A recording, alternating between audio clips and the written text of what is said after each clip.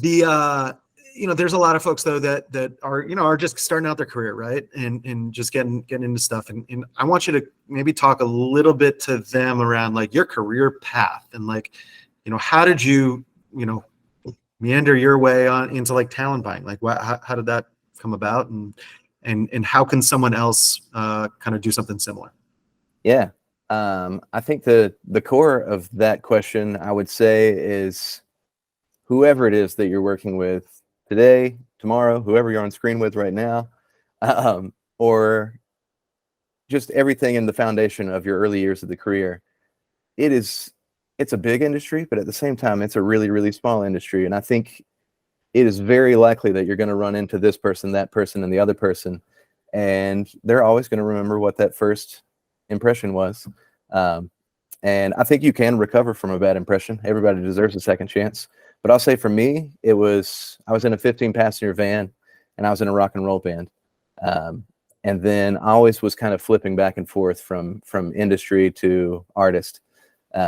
But I will say that I was trying to stay in college, but I was severely unmotivated and at the risk of dropping out of college. But I needed an internship credit, and I'd worked at a music conference. So I went to New York to do multiple internships and get my credit for the semester. And I will say that all three of the internships I did, I've worked with who my leader was, even though they're at different companies now, but I've worked with all three of them on cruise ship deals at this point. So that's just an example of, everybody's going to come back around. So I would just say, think about your general demeanor, and I'm a big proponent of before you fire off that rabid, fiery, feisty email, maybe just read it to yourself and save it as a draft and don't press send. I think getting it out of your system and then discussing the problem is really great advice if you're early on in your career.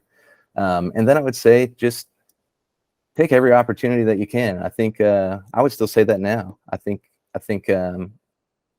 some are going to feel like they're beneath you, but you're still going to be able to learn a lot from that opportunity. So take them and see where it connects, and go into it with optimism and do your best. And with all of that said, if somebody's a total shitbag to you, well, take that on the head, but stay optimistic and stay confident, and never don't be yourself, because that's who you should be. Love it. How's that for a cheesy answer? Beautiful. Put it on your